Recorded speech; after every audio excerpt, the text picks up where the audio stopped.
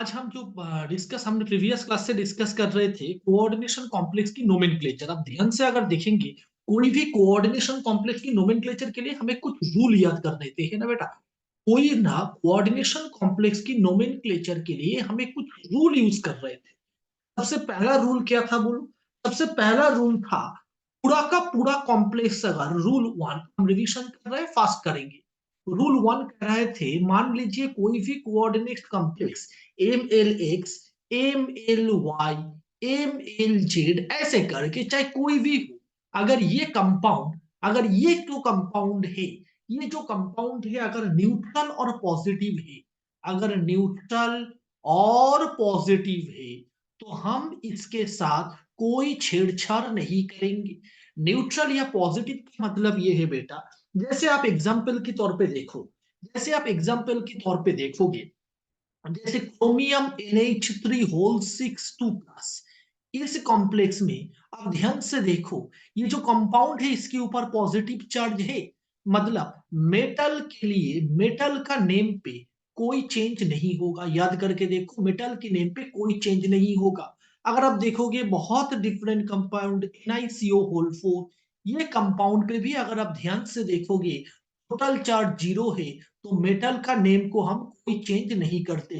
Chromium को chromium लिखेंगे, nickel को निकेल लिखेंगे। जैसे और एक देख लो CrCO होल 6, ये कंपाउंड पे भी, ये कंपाउंड पे भी बेटा हम जनरली, अगर ये न्यूट्रल कंपाउंड है तो यहाँ पर मेटल का नेम पे कोई चेंज नहीं आएगा। न्यूट्रल एंड पॉजिटिव होंगे, मेटल के नेम पे हम कोई चेंज नहीं करेंगे। क्या ये बात आपको क्लियर हो गया? आप देखेंगे most of the carbonyl complexes neutral होते हैं। जैसे और एक कंपाउंड देखो FeCO होल 5, ये कॉम्प्लेक्स पे भी, ये कॉम्प्लेक्स पे भी आयरन ही लिखेंगे। Fe को हम क्या लिखेंगे बोलो? आयरन ही लिखेंगे। No change in name. Rule one होने के बाद हम तुरंत आए रूल टू पे।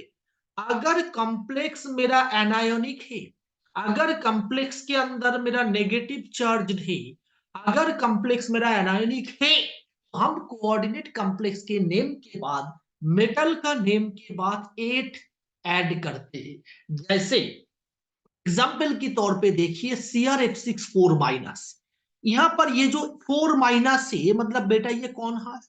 एनायोनिक है।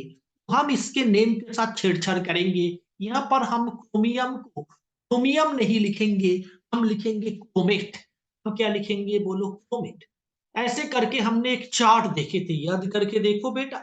एक चार्ट देखे थे, पूरे चार्ट के अंदर हमने कौन सा मेटल की नेम क्या होगा?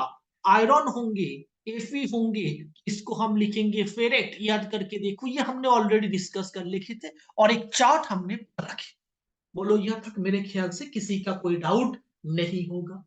ठीक है। तो मेटल के बारे में दो रूल हमने पटापट रट लिया कि अगर वो पॉजिटिव या नेगेटिव, पॉजिटिव या न्यूट्रल होंगे तो भाई मेटल का नेम के कोई चेंज नहीं आएंगे। अगर वो, अगर वही कॉम्प्लेक्स के अंदर नेगेटिव चार्ज होंगे यार, तो वहां पर हम क्या करते हैं? हम कॉम्प्लेक्स के साथ एट शब्द को ऐड करते थे। चलो, टाइम वेस्ट बिल्कुल मत करेंगे और हम यहाँ पर देखेंगे, तुरंत देख लेंगे रूल 3। रूल 3 हमें लाइगैंड के बारे में बताएंगे। किसके बारे में बेटा? लाइगैंड के बारे में। हमने देख लिया था प्रीवियस क्लास में, लाइगैंड 3 कैटेगरी के होते थे। एक होते थे आपका, एक होते थे आपका पॉजिटिव लाइगैंड, जिसका ऑक्सीडेशन नंबर प्लस पे होते थे। एक होते थे आपका न्यूट्रल लाइगैंड, और एक होते थे आपका एनायोनिक लाइगैंड। याद आ रहा है यार? एनायोनिक लाइगैंड पॉजिटिव के अंदर आप याद करके देखो, NO+, die oxygen plus, NO2+, बहुत कॉमन है ये लोग, ये लोग। और न्यूट्रल के अंदर तो आपने देखा ही था, मैंने वाटर था, एमोनिया था, सॉरी क्या लिख रहा हूं, वाटर था, एमोनिया था, इथिलीन डाइअमीन था, कार्बोनिल कॉम्प्लेक्स था, मतलब CO था, कार्बोनिल कॉम्प्लेक्स था। और एनायोनिक के अंदर तो आपने देखा ही होगा, NO- हो सकता है एनायोनिक आयन के साथ, ऑक्सालेट माइनस हो सकता है, ये सब कंपाउंड। रूल रूल 3 कहते हैं, अगर मेरे पास कोई पॉजिटिव है, वहां पर हम यम ऐड करते हैं। क्या ऐड करते हैं बोलो? यम ऐड करते हैं। जैसे नाइट्रो था, इसका नेम हो जाएंगे नाइट्रोसोनियम। नाइट्रोसा, इसका नेम हो गया नाइट्रोजोनियम। ऑक्सीजन था, डाइऑक्सीजेनियम यम ऐड करते हैं। याद रखना इसका नेम भी हमने देख रखा था। और न्यूट्रल के केस में अगर एमोनिया, वाटर जिसका ऑक्सीडेशन नंबर 0 होते हैं यार, इन लोगों की केस में हम क्या ऐड करते भाई? कोई चेंज नहीं करते, कोई चेंज नहीं करते, नो चेंज। अगर न्यूट्रल एटम की केस में हम कोई चेंज, सो नो चेंज, कोई चेंज नहीं करते इनकी केस में। जैसे वाटर था, अब याद करके देखो कि वाटर को हम एक्वा लिखते थे। अब खुद सोचो, कार्बोनिल था, इसे हम कार्बोनिल ही लिखते हैं। अगर पिरीडिन था, इसे हम पिरीडिन ही लिखते थे। मैंने इसके ऊपर भी बेटा एक चार्ट दिया था, आप जाके वो रेफर कर सकते हो। बोलो यहां तक किसी का कोई डाउट? या मेरे ख्याल से बिल्कुल बिल्कुल आसान टॉपिक है, ये आपको पढ़े हुए होंगे। बोलो हाँ। अब देखो, अब देखो, ये अगर न्यूट्रल है, इसके अंदर आप कोई चेंज नहीं करोगे। क्या बात क्लियर है? बोलो हाँ। अब एनायोनिक लाइगैंड की केस में बहुत मजेदार बात हुई थी। एनायोनिक लाइगैंड की केस में बहुत मजेदार बात हुई थी। एनायोनिक लाइगैंड बाहर पे रहेंगे, कोऑर्डिनेशन स्फीयर के अंदर रहेंगे या बाहर रहेंगे, इसके ऊपर डिपेंड कर रहे थे उसका नेम। याद करके देखो, जैसे किसी ने आपको कहा CrNH3 होल 6 ब्रैकेट करके बोला है बेटा Cl2, ये जो क्लोरीन है ये आउटर है, एटॉमिक आपको पता ही है, ये आउटर है, बाहर वाला। अंदर कॉम्प्लेक्स के साथ इसका कोई रिलेशन नहीं है। अब खुद सोचो, एक्चुअल जो कोऑर्डिनेट कॉम्प्लेक्स मेरे पास है वो क्या था? बोलो CrNH3 होल 6 2+, ये था आपका मेन कॉम्प्लेक्स। बोलो हाँ। तो बाहर वाले की केस को हम लिखते हैं क्लोराइड। बाहर पे जो आयन है इसको आप क्या लिखोगे? आयन का नेम है क्लोराइड। क्या बात आपको इतना क्लियर है? और अंदर में जो नेम है हम उसे ओ से डिनोट करते हैं। किससे डिनोट करते थे? बोलो ओ। अंदर वाला होंगे तो ओ लिखेंगे, बाहर वाला है तो कुछ नहीं लिखेंगे। जैसे आपको 2-3 एग्जांपल के साथ दिखा देते। जैसे आपको यहाँ पर भी एक चार्ट दिया गया था, मेरे ख्याल से वो चार्ट आपने पढ़ रखा। बोलो हाँ यार। जैसे C2O4 2- बहुत कॉमन है, इसका नेम है ऑक्सालेट।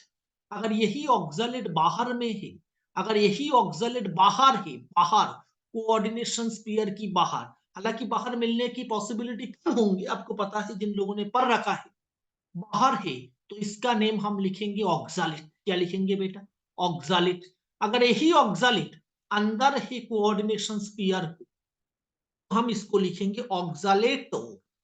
बात आपको इतना क्लियर है? कोई कम कोई डाउट? क्लियर? हम हर एक रूल को एक बार देखेंगे और उसका एप्लीकेशन हम देखेंगे। मेरे ख्याल से हमने ये सब रखे थे। ठीक है। जैसे किसी ने कहा CrCl, जैसे किसी ने कहा CrCl6, जैसे A4 AgCN होल 6, ये कंपाउंड देखो, यहाँ पर पोटेशियम बाहर वाला है, साइनाइड बेटा अंदर वाला है। बोलो हाँ। क्या बात आपको इतना क्लियर है? बोलो कोई डाउट? क्लियर? यहां तक मेरे ख्याल से कोई डाउट नहीं। हमने यहां तक, अब ध्यान से देखो बेटा, इसको आप रूल 3 कहोगे तो इसे रूल 4 कहो, इसे रूल 5 करो। पांचों रूल हमने इनिशियली निपटे दिए। यहीं पर आते हैं रूल नंबर 6, क्योंकि हमें पूरा कंपाउंड का नेम लिखते हैं हम। बहुत टिपिकल क्वेश्चन तक जाएंगे, ब्रिज कॉम्प्लेक्स की नेमिंग क्या होगा, म्यू से डिनोट करेंगे, पूरा देखेंगे। रूल 6, ध्यान रखना, नेम ऑफ द लाइगैंड हमेशा सेंट्रल एटम के पहले आना चाहिए। फिर से बोलो, फिर से बोलो, name of the ligand must come, name of ligand must come, name of the ligand must come before central atom. Before central atom आपको देख के कुछ और लगा? नहीं जी, सेंट्रल एटम के पहले आपको लाइगैंड का नेम देना जरूरी है। जैसे आप ध्यान से देखोगे यार, K4FeCN होल 6 एक कंपाउंड किसी ने आपको दे रखा। बोलो हाँ। अगर आप इसे तोड़ोगे तो आपको पता है 4K+FeCN होल 6 4- मिलेंगे। और ये जो बात बेटा मैं कर रहा हूं ना, ये जो बात हम लोगों ने कर रहा है, ये कोऑर्डिनेशन कॉम्प्लेक्स की नेमिंग की बात। किसकी बात हो रहा है? बोलो, कोऑर्डिनेट कॉम्प्लेक्स। क्या पोटेशियम कोऑर्डिनेशन स्फीयर के है? नहीं जी, पोटेशियम तो स्फीयर के अंदर है ही नहीं। तो मेरे को नेमिंग कर रहा हूं FeCN होल 6 4-। यहां पर बोलो सेंट्रल मेटल है ये, ध्यान से देखो, आंखें फाड़ के देखो, ये है आपका सेंट्रल मेटल। और ये जो है ये है आपका लाइगैंड, ये है आपका सेंट्रल मेटल और वो है आपका लाइगैंड। और सेंट्रल मेटल कोऑर्डिनेशन स्पीयर पे हमेशा लाइगैंड पहले आएंगे, बाद में आप सेंट्रल मेटल को बाद में आप सेंट्रल मेटल को देखोगे। मेरा बात आपको इतना क्लियर हो चुका है? जैसे इस कंपाउंड पे आप लिखोगे सायानोफेरेट, इस कंपाउंड का नेमिंग पे आप लिखोगे सायानोफेरेट। अब नंबर ऑफ लाइगेंड के लिए हेक्सा टेट्रा ये सब आएंगे, वो बात की बात है। ध्यान से देखोगे, इसका नाम फेरिक साइनाइड नहीं लिखेंगे, आप लिखेंगे सायानोफेरेट। कि रूल कहते हैं कोऑर्डिनेशन कंपाउंड की नाम लिखने के लिए आपको कोऑर्डिनेशन कॉम्प्लेक्स की नाम लिखने के लिए आपको कॉम्प्लेक्स की लाइगेंड को पहले लिखना चाहिए। क्या बात मेरा आपको क्लियर है? जैसे इसका नेम है आपको पता है, इसका नेम क्या होगा बेटा? हेक्सासायानो। इसका नेम क्या होगा बोलो? हेक्सासायानो फेरेट। हाँ हाँ, हेक्सासायानोफेरेट भैया, ये कैसे हो गया? क्योंकि आपको पता है ये एक एनायोनिक लाइगैंड है, और एनायोनिक लाइगैंड के लिए हमें तो मेटल की नाम के साथ छेड़छाड़ करना ही चाहिए था। बोलो हाँ, कोई बात। जैसे किसी ने आपको बोला, ध्यान से देखना बेटा, CONH3 होल 6 2 प्लस, यहां पर आप लिखोगे हेक्साएमनिन। याद करके देखो, हेक्साएमनिन कोबाल्ट।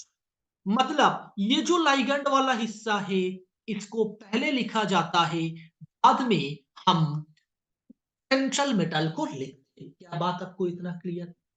विदाउट क्लियर लगे हाथ रूल 7 आप आइडेंटिफाई कर ही लोगे, क्योंकि रूल 7 कहते हैं नंबर ऑफ लाइगैंड को आप di tri tetra hexa hepta ऐसे एक्सप्लेन कर सकते हैं।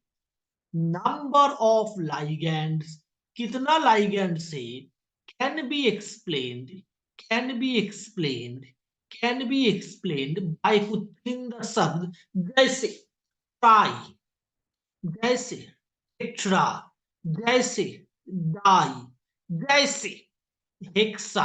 क्या बात आपको इतना क्लियर है? जैसे पेंटा ऐसे हम लिखते हैं, जैसे पेंटा ऐसे हम लिखते हैं। क्या मेरा बात आपको क्लियर है? कोई डाउट? कोई डाउट? कोई डाउट? अगर रूल 7 जैसे आप ध्यान से देखोगे, मान लो किसी ने मेरे को ये कंपाउंड की नेमिंग करने के लिए बोला है, बताओ भाई इसका नेम क्या होगा? आप लिखोगे हेक्साएमनिन।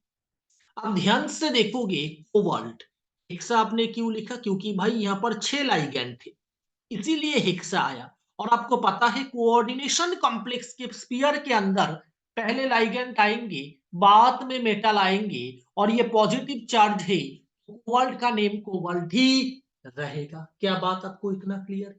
बोलो हाँ, बोलो हाँ। और रूल 8 यहां तक निपटाने के बाद बेटा आप देखोगे रूल 8। देखो ये सब रूल आप खुद पता चलेंगे, आप रटोगे नहीं रूल को। ये एक दिन बैठे 8 रूल याद करने बैठे, बिल्कुल नहीं बेटा, आप एप्लीकेशन से सीख जाओगे। अब ध्यान से देखोगे, अगर लाइगैंड की नेम पे अगर लाइगैंड की नेम पे ऑलरेडी हमने ऑलरेडी बाई ट्राई ये शब्द यूज कर चुके हैं, तो जेनरली हम दोबारा इसे इस्तेमाल नहीं करते। अरे क्या बताया, ऊपर से गया। हाँ, अगर लाइगैंड की नेम पे बाई ट्राई टेट्रा शब्द ऑलरेडी प्रेजेंट है, तो हम जनरली ये शब्द को यूज नहीं करते हैं, इसके बदले में हम कुछ प्रीफिक्स यूज करते हैं।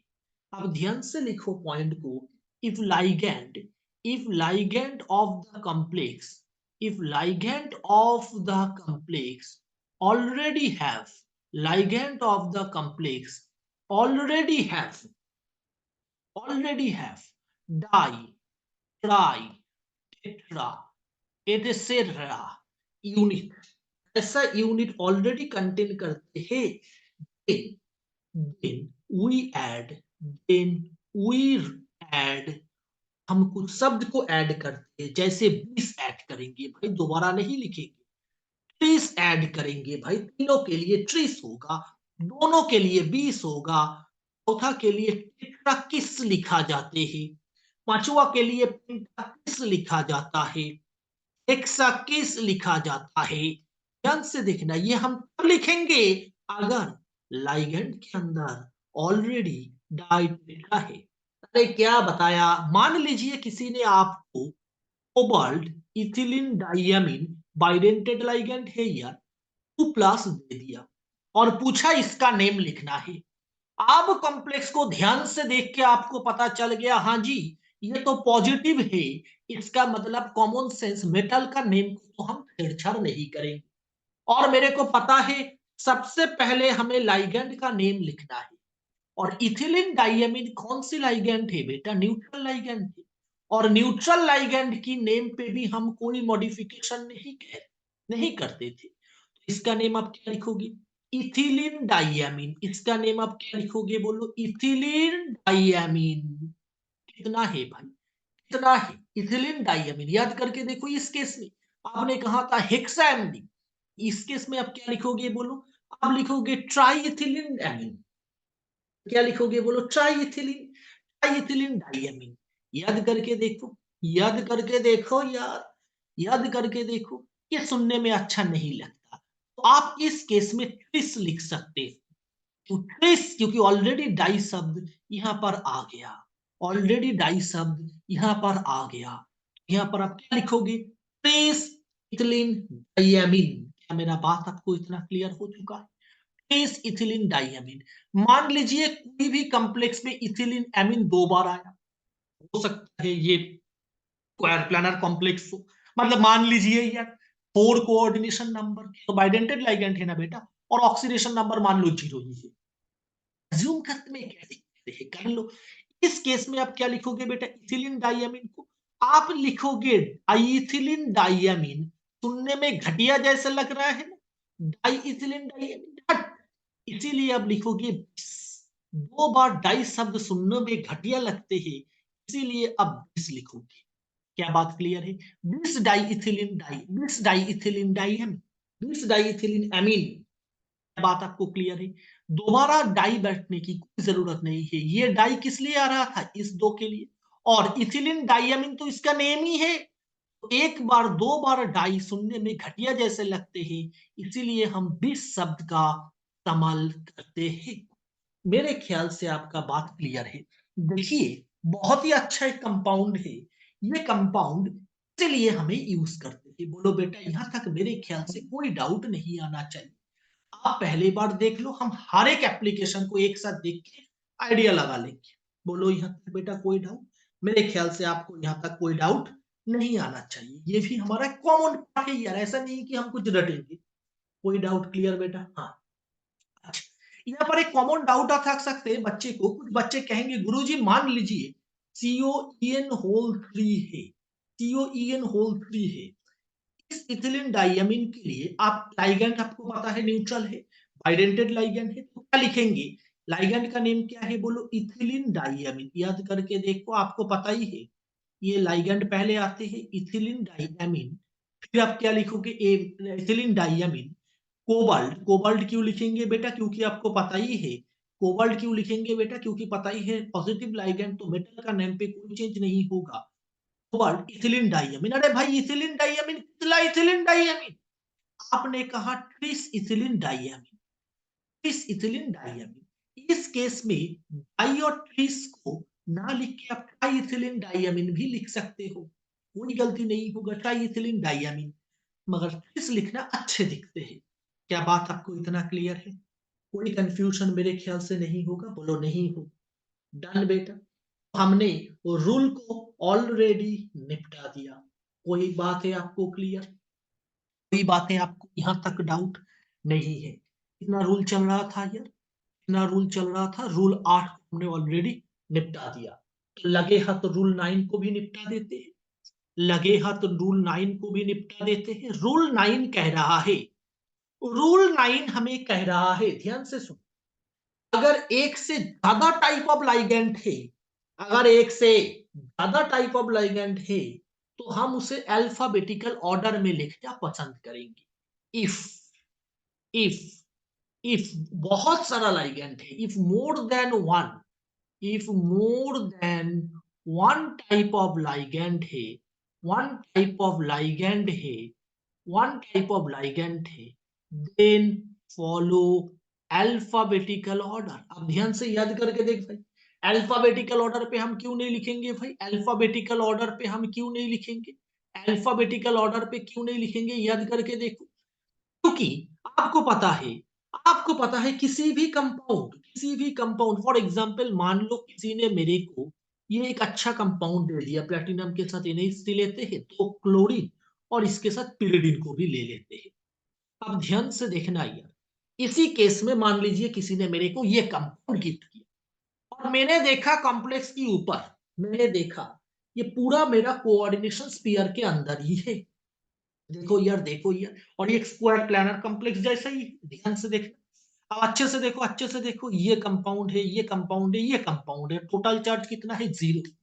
न्यूट्रल के लिए तो जैसे मैंने देखा न्यूट्रल है, तो मेटल का नेम पे तो कोई चेंज नहीं होगा।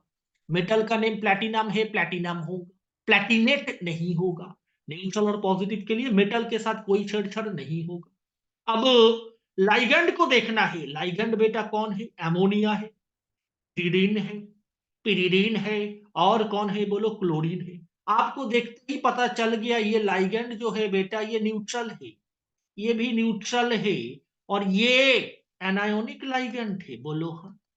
आपको मजा आ रहा है, मेरे को पता चल गया न्यूट्रल लाइगैंड की केस में हम कोई मॉडिफाई नहीं करते नेम पे। याद करके देखिए, कोई मॉडिफाई नहीं करते। तो अमोनिया को हम क्या लिखते हैं बोलो, एमनिन। याद करके देखो, या एमाइन ऐसे लिखते हैं, एमाइन लिख सकते हैं, एमनिन लिख सकते हैं। बात क्लियर है।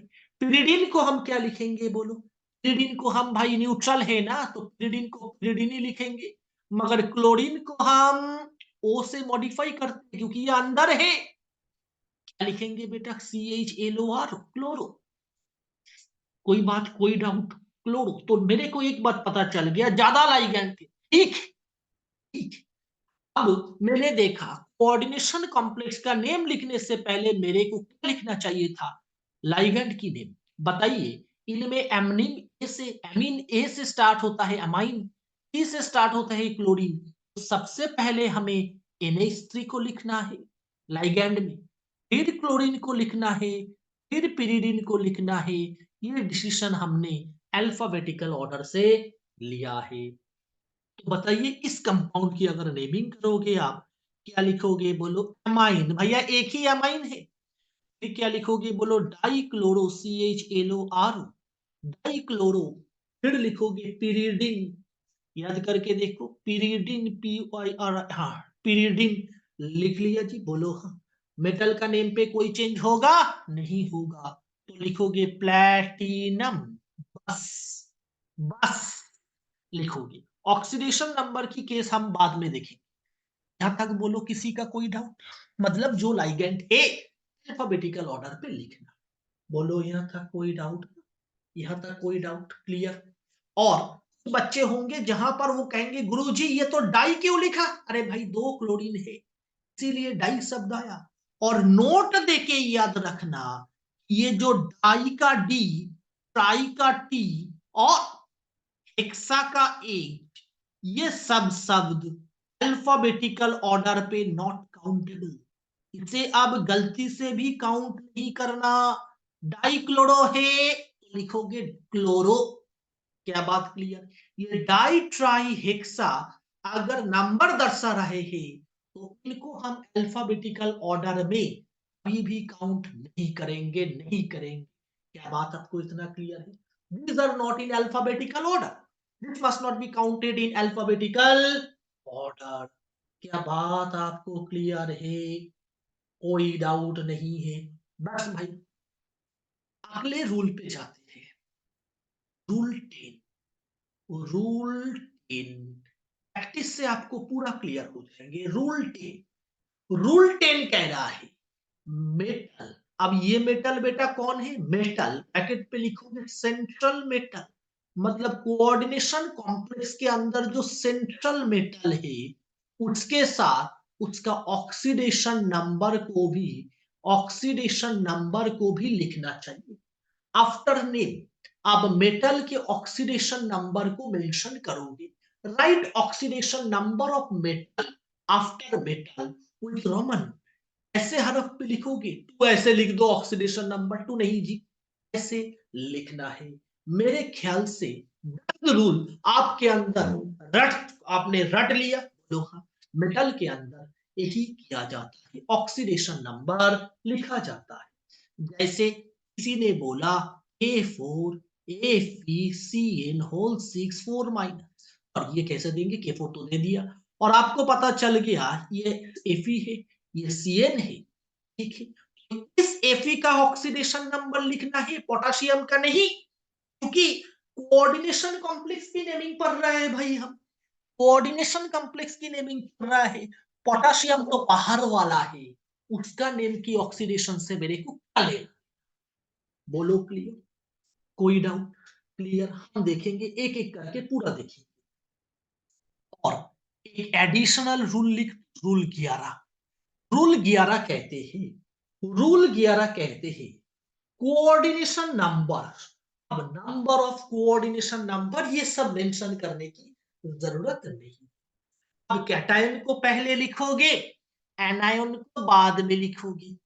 कैटायन पहले, कैटायन रिटन फर्स्ट, अब कैटायन को पहले लिखोगे, कैटायन को पहले लिखोगे, एनायन को बाद में लिखोगे, एनायन को बाद में लिखोगे। क्या बात आपको इतना क्लियर है? बोलो हाँ, क्या बात आपको इतना क्लियर है? हाँ। अब यहां पर देखेंगे, कैटायन को पहले लिखेंगे, बाद में एनायन को लिखेंगे। ये जो कैटायन की बात हो रहा है, ये कोऑर्डिनेशन स्फीयर के अंदर वाला भी हो सकता है और बाहर भी हो सकता है। रूल 11 आपको कुछ घटिया जैसे लग गया, अब एग्जाम्पल से सीख लेना यार, बहुत हो चुका है खेलना। आइए, सबसे पहले सबसे आसान प्रॉब्लम में सॉल्व करूंगा, वही वही रूल है, आसान में करूंगा, आप करोगे। किसी ने कहा K4 FeCN होल 6 कॉम्प्लेक्स का IUPAC लिखना। तुरंत क्वेश्चन देखते ही मेरे दिमाग ने मेरे को बोला, ये जो कॉम्प्लेक्स है, इस कॉम्प्लेक्स में पहला काम आपको ये पहचानना है, कोऑर्डिनेशन स्पीयर पे कौन रहेगा। ये बंदा कोऑर्डिनेशन स्पीयर पे होगा, पोटेशियम बाहर वाला होगा, क्योंकि आपको दिमाग आपको कह रहा है ये और कुछ नहीं भाई, ये है और ये यही है। और ये आयरन की ऑक्सीडेशन नंबर आपको निकालना आना चाहिए, क्योंकि आपको पता है साइनाइड -1 इलेक्ट्रॉन डोनेट करते हैं। ये सब भी हमने देख रखा है, एक्स का वैल्यू +2 होगी। आयरन की वैल्यू मेरे ख्याल से कितना आएंगे बेटा, 2 आएंगे। आयरन की वैल्यू मेरे ख्याल से कितना आएंगे बेटा, 2 आएंगे, ठीक है। और ये जो लाइगैंड थे, ये कैटायनिक है या एनायोनिक है, एनायोनिक है। ध्यान से देखो, पहले केस में हम ऐसे एक दो क्वेश्चन ऐसे ही करेंगे। एनायोनिक है, एनायोनिक लाइगैंड होंगे तो हमें मॉडिफाई करना चाहिए या नहीं चाहिए? अरे भाई करना चाहिए, बिल्कुल करना चाहिए मॉडिफाई। एनायोनिक लाइगैंड को हम मॉडिफाई करते हैं, न्यूट्रल को हम नहीं करते, पॉजिटिव नहीं करते। एनायोनिक, एनायोनिक होंगे तो मेटल के नाम पे क्या आ जाएंगे, बोलो फेरेट आ जाएंगे। बोलो हाँ, बोलो हाँ, यहां तक क्लियर। अब खुद सोचो, ये जो K4 FeCN होल 6 आपको दे रखा है, यहां पर भैया ये पोटेशियम तो कैटायन है और ये वाला पार्ट आपका एनायन है। अब खुद सोचो, NaCl में आप पहले क्लोराइड सोडियम कहते हो या सोडियम क्लोराइड? जी सोडियम क्लोराइड, मतलब कैटायन को पहले बोलने का प्रैक्टिस है हमें। तो हम क्या लिखेंगे इसका नेम, ध्यान से देखो। कैटायन कौन है भाई, पोटाशियम। लिख दिया भाई पोटाशियम, बस पोटाशियम लिख दिया, पोटाशियम लिख दिया, सॉरी पोटाशियम लिख दिया। सबसे पहला काम तो हमें पोटाशियम लिखना है, पोटाशियम लिख दिया। बोलो हाँ।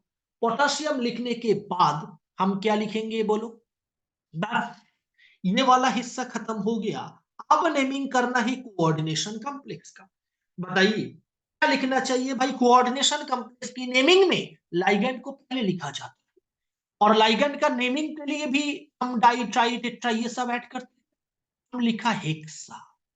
अब जो लाइगैंड है ये कौन है बेटा, CN-, और आपको पता है एनायोनिक लाइगैंड के लिए हमें O ऐड करना पड़ते हैं, हेक्सा सायानो।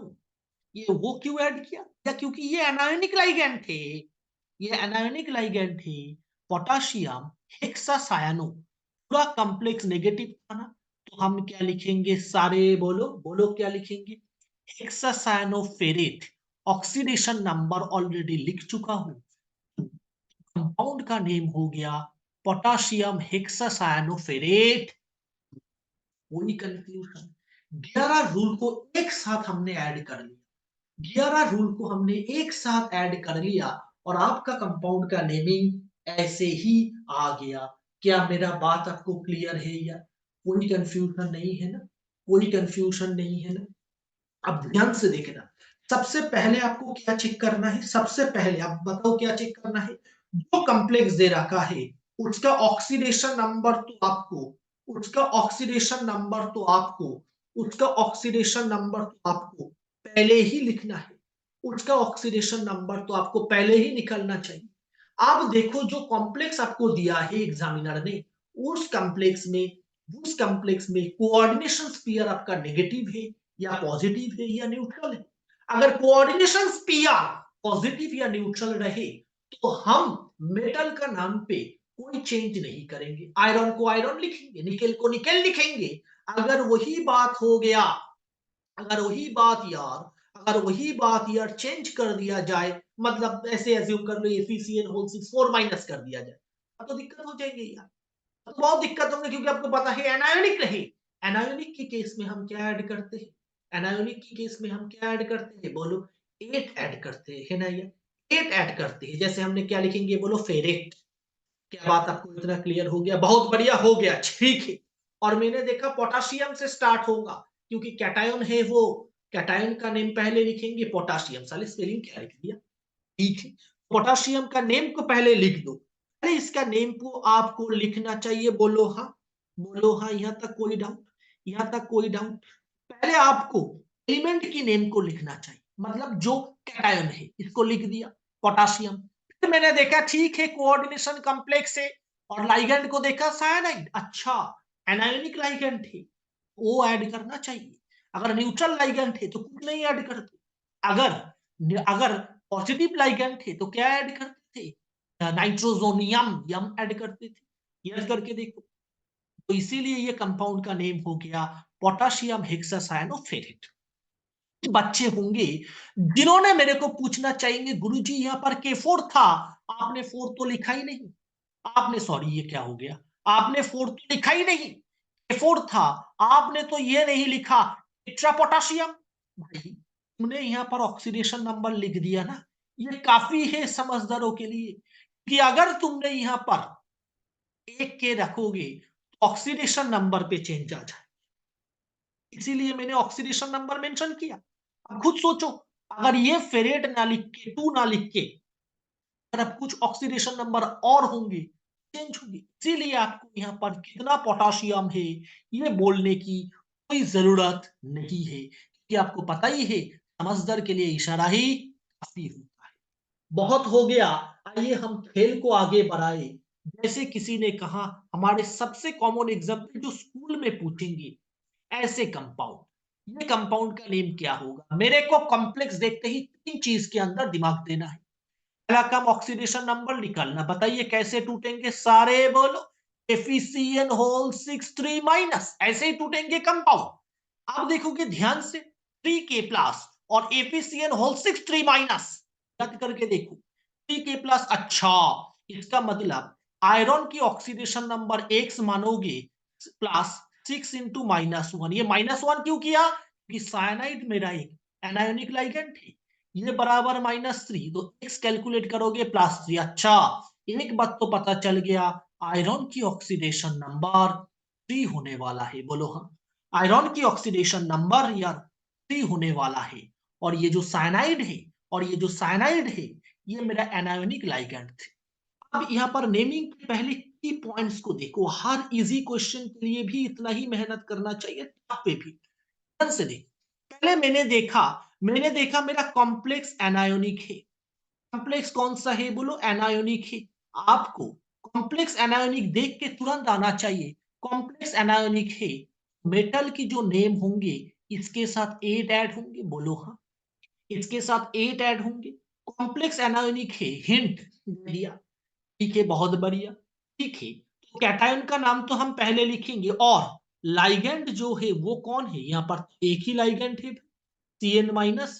ये लाइगेंड एनायोनिक है, लाइगेंड एनायोनिक है, लाइगेंड को हम क्या लिखेंगे बोलो, सायानो कर देंगे, एडिशनल ओ ऐड होते थे, और न्यूट्रल की केस में कोई मॉडिफिकेशन नहीं, और हमें पता है पॉजिटिव केस में हम यम ऐड करते थे।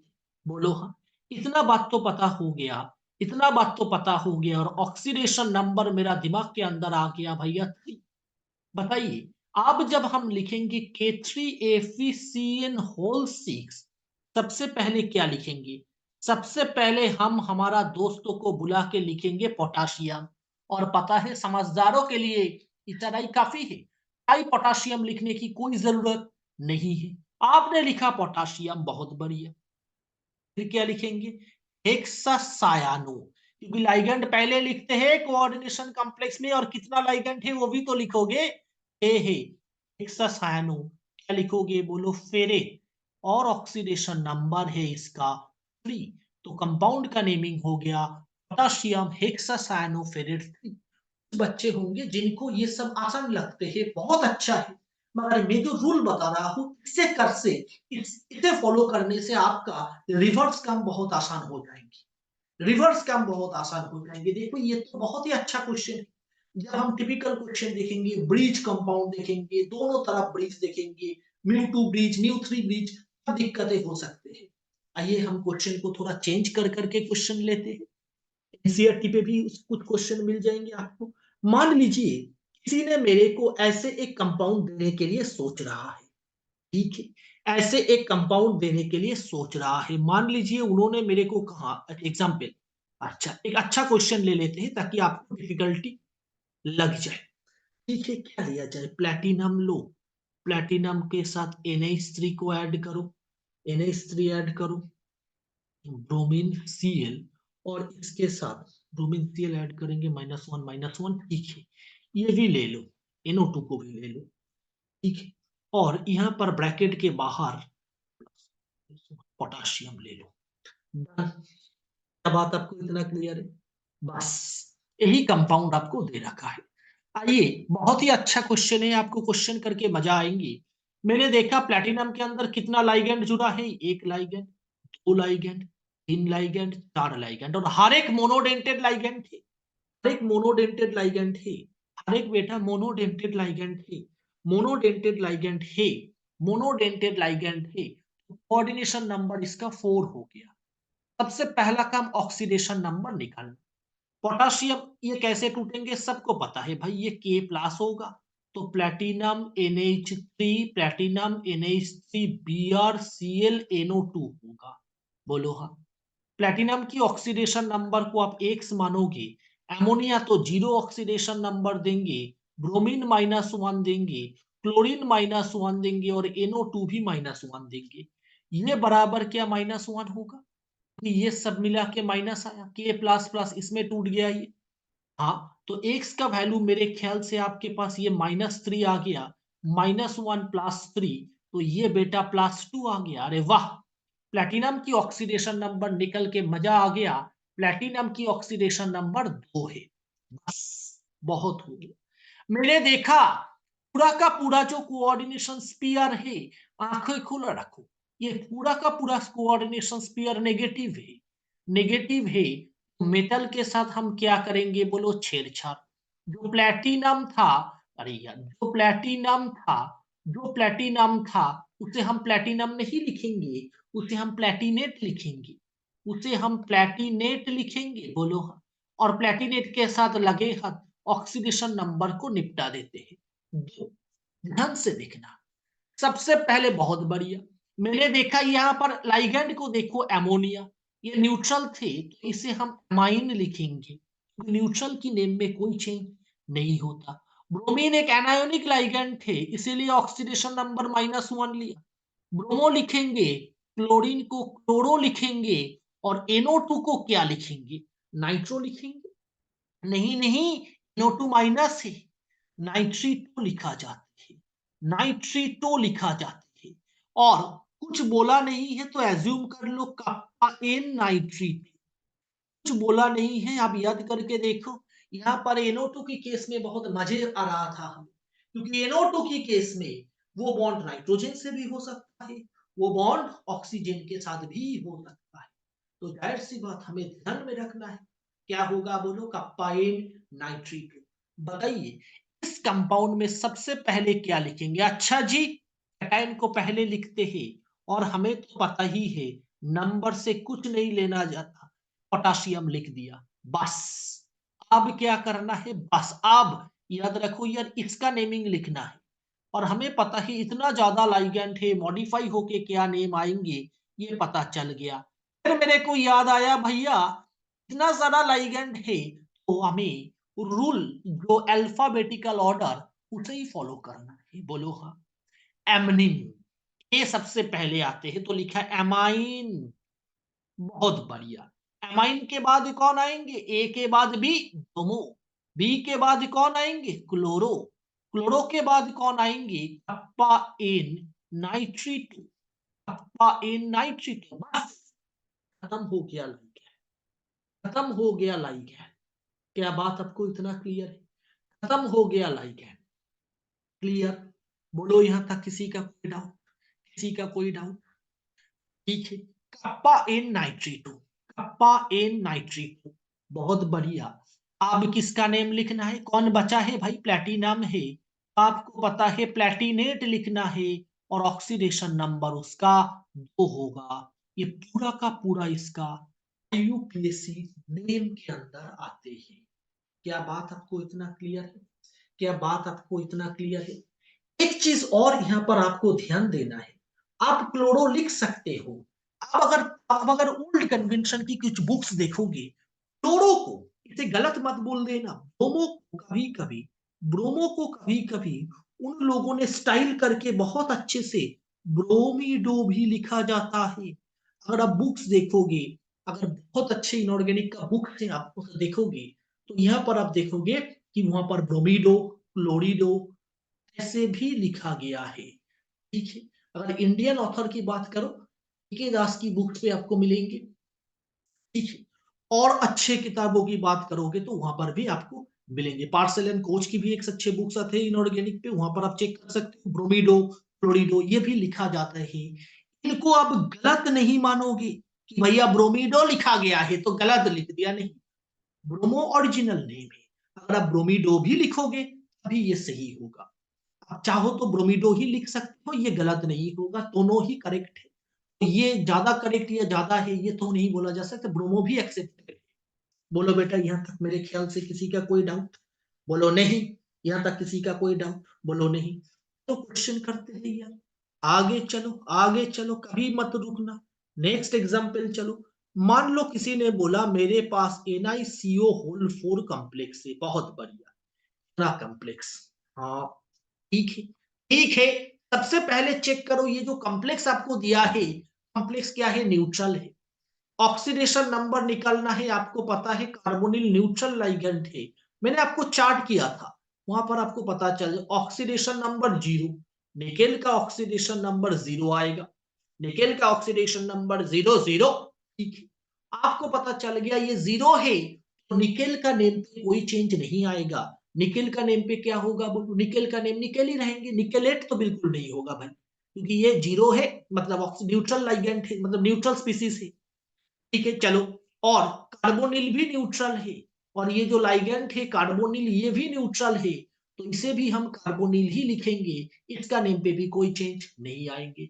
बहुत बढ़िया। कैटायन एनायन कुछ नहीं, सीधा स्टार्ट करो, यही आपका कॉम्प्लेक्स है। टेट्रा, चार है ना, tetra carbonyl. Tetra carbonyl NiCK nickel 0। कितना सिंपल नेम हो गया, आपने देख के मजा आ गया। ठीक है। निकेल आ गया, तो निकेल का वो कॉम्प्लेक्स हम कैसे भूले? NiDMg hold, nickel DMg hold, ये कॉम्प्लेक्स हम कैसे भूले? Nickel DMg hold.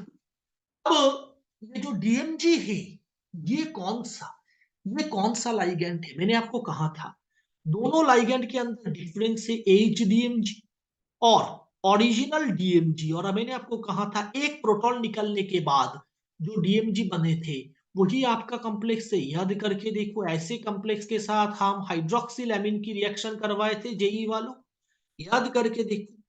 यही कॉम्प्लेक्स था ना, याद आ रहा है कुछ? हाँ, याद आ गया। यही कॉम्प्लेक्स था, इसे हम डीएमजी कहते थे। और एक प्रोटॉन निकाल दोगे तो जो कंपाउंड बनेंगे वो होगा आपका, वो जो होगा कंपाउंड, यही कंपाउंड होगा आपका डीएमजी। मैंने इसका ऑक्सीडेशन नंबर भी बताया था -1। फंस जाओगे अगर लाइगैंड का स्ट्रक्चर याद नहीं है तो, फंस जाओगे अगर लाइगैंड का स्ट्रक्चर याद नहीं है तो बेटा इस कंपाउंड को हम क्या लिखेंगे, मेरे को बताओगे?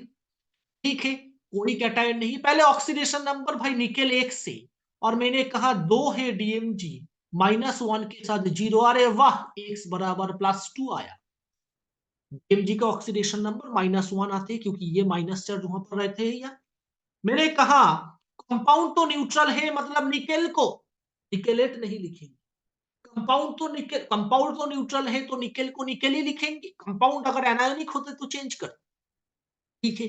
मगर ये डीएमजी तो एनायोनिक लाइगैंड है ना, डाइमिथाइल क्या लिखेंगे बोलो? डाइमिथाइल ग्लाइऑक्सीमेटो।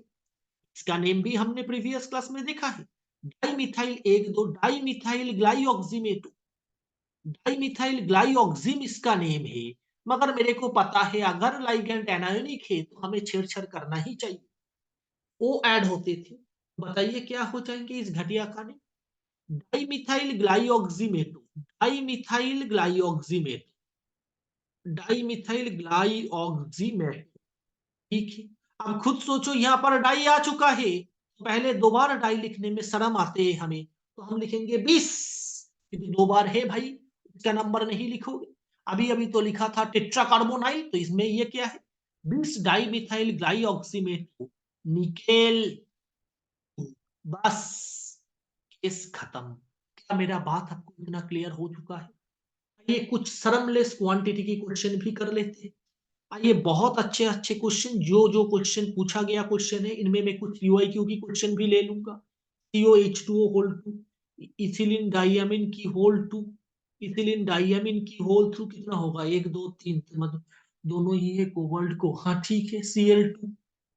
यही है कॉम्प्लेक्स आपका, यही है आपका कॉम्प्लेक्स। अब ध्यान से देखना, ये अच्छा है।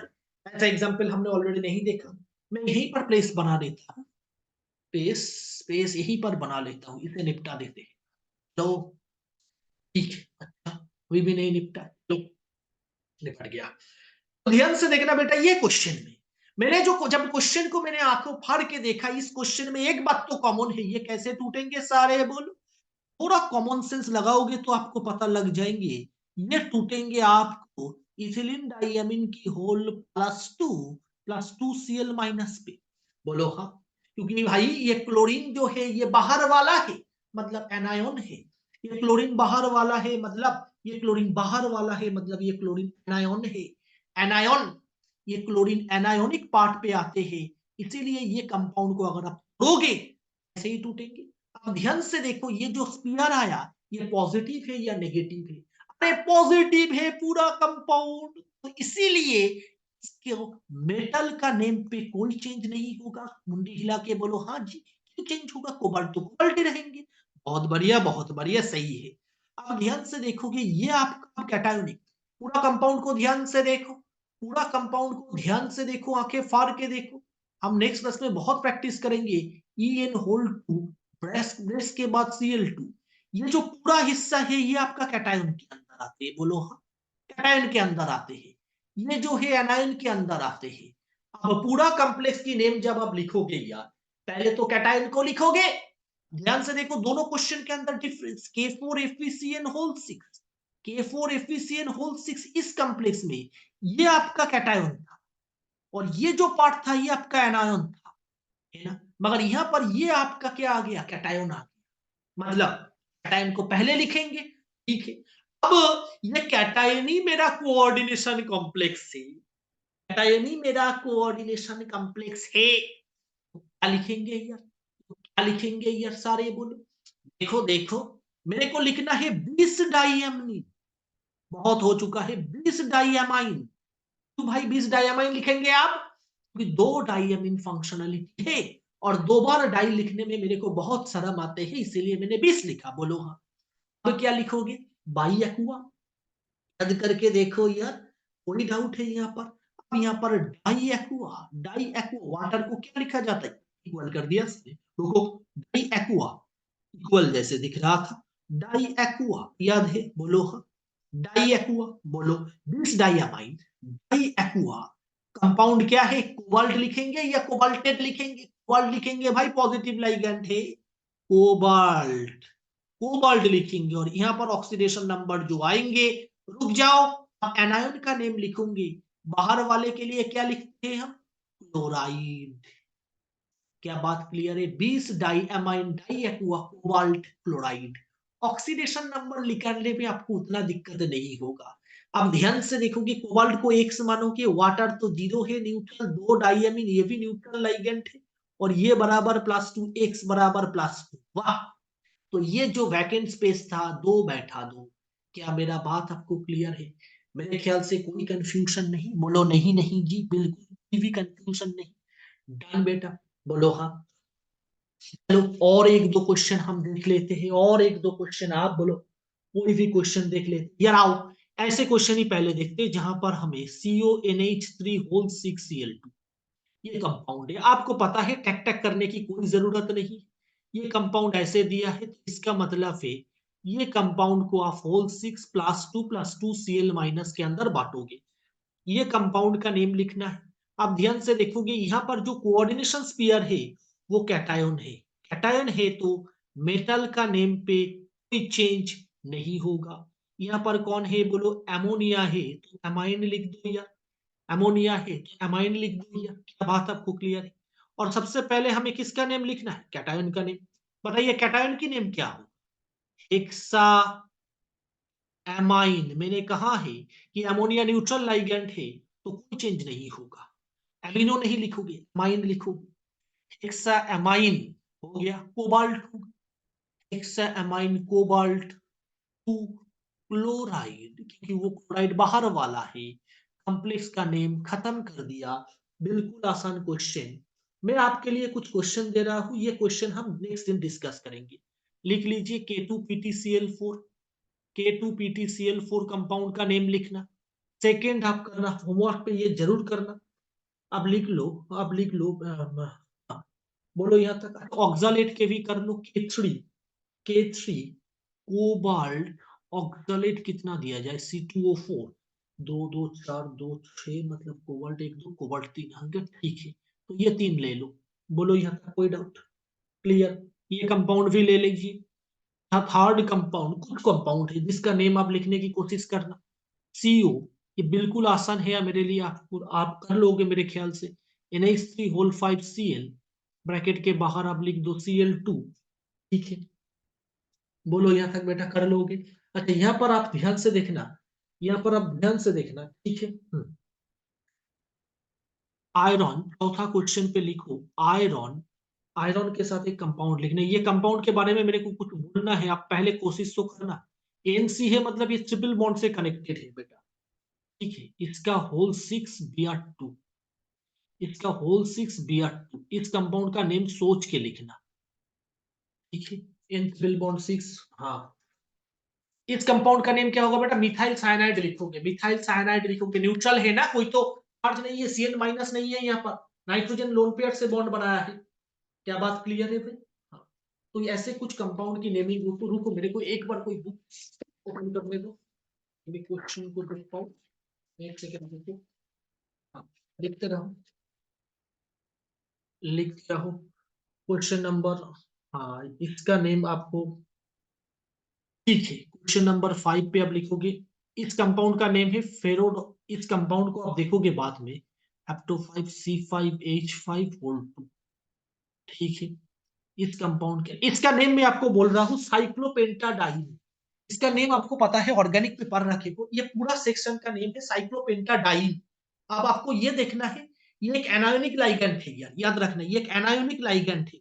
साइक्लोपेंटाडाइन, साइक्लोपेंटाडाइन, तो ये हो जाएंगे आपका साइक्लोपेंटाडाइनाइल। याद करके देख भाई, साइक्लोपेंटाडाइनाइल होगा ना, एनायोनिक लाइगेंड है। अरे यार, ऑर्गेनिक में पढ़ रखे हो भाई, ये एरोमेटिक कंपाउंड है 4n+2 हाकेल्स लूप, तो इसके लिए हम क्या लिखेंगे, साइक्लोपेंटाडाइइनाइल, क्योंकि मैंने कहा आपको, ठीक है। अब कर लोगे मेरे ख्याल से, चलो तो चलो खत्म हो गया पे, एक सेकंड रुको भाई, ठीक है। और क्वेश्चन को भी आप लिखो, ये क्वेश्चन हम डिस्कस करेंगे नेक्स्ट क्लास में, उससे पहले आप खुद से कुछ क्वेश्चन कर लो। चलो चलो कुछ क्वेश्चन ये भी लिख लो, K3 एग्जांपल से लिख लो, K3AF बेंजीन, Cl5C6H6 बेंजीन लोगे, C6H6 को H6 नहीं C6H5 कर दो, C6H5 कर दो ताकि न्यूट्रलिटी हट जाए, C6H5 कर दो, ठीक है। बहुत बढ़िया, ठीक है। अच्छा बेटा, अगर यहाँ पर C6H5 है तो इसे फिनाइल लिखेंगे, ठीक है, इसे फिनाइल लिखेंगे। और एग्जांपल लिख लो, और एग्जांपल लिखोगे, इसका नेम फिनाइल लिखोगे, फिनाइल। चलो चलो CrOX का मतलब है ऑक्सालेट, ऑक्सालेट 3 तो एग्जांपल के साथ खेलो खेलो कि पोटाशियम, क्रोमियम, F4 ओ लिख लो, ये कंपाउंड लिख लो। बहुत बढ़िया एग्जाम्पल, ये हर क्वेश्चन आप खुद से प्रैक्टिस करोगे, मैं आपको सॉल्यूशन बता दूंगा। ई एन होल 3 का होल 2, यहाँ पर शायद आपको दिक्कतें आएंगे, फिर भी आप कोशिश करना यहाँ पर, ठीक है। चलो चलो चलो, खत्म नहीं हुआ, अच्छा अच्छा क्वेश्चन है।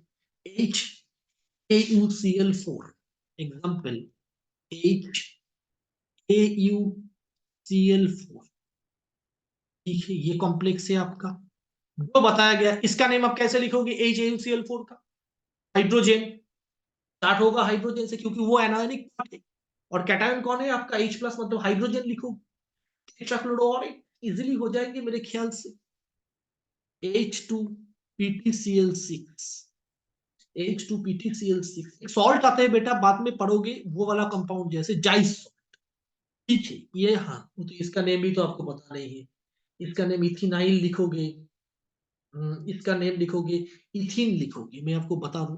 अच्छा आपको तो पता है C2H4 organic compound, C2H4 ethylene, इथिन, इसका नेम एक न्यूट्रल लाइगेंड है ना यार, मेरे ख्याल से आप कर लोगे, के प्लैटिनम, डाउट है तो जरूर दिखाओगे, C2H4, C2H4 Cl3, IIT के लिए बहुत इंपॉर्टेंट है ये सब, अब चेक कर लेना, ठीक है।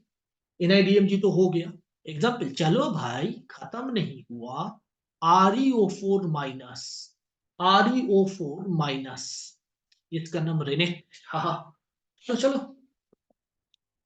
चलो चलो, और कंपाउंड का नेम लिख लो, एग्जाम्पल, एग्जाम्पल CO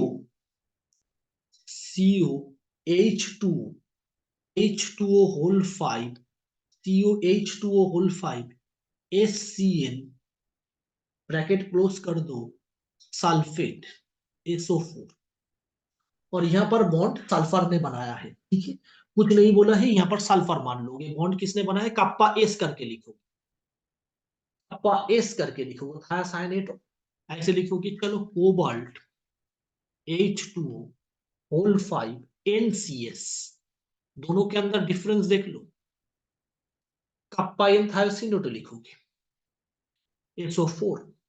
चलो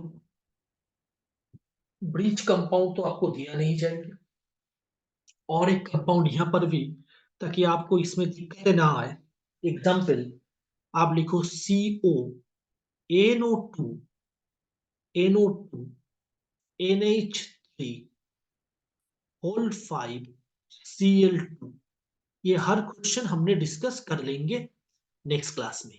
अब याद रखना, अच्छे अच्छे क्वेश्चन है, प्रैक्टिस कर लो, अभी DPP मत जाना, यहीं पर कर लो, डन, यहीं तक रखना लो।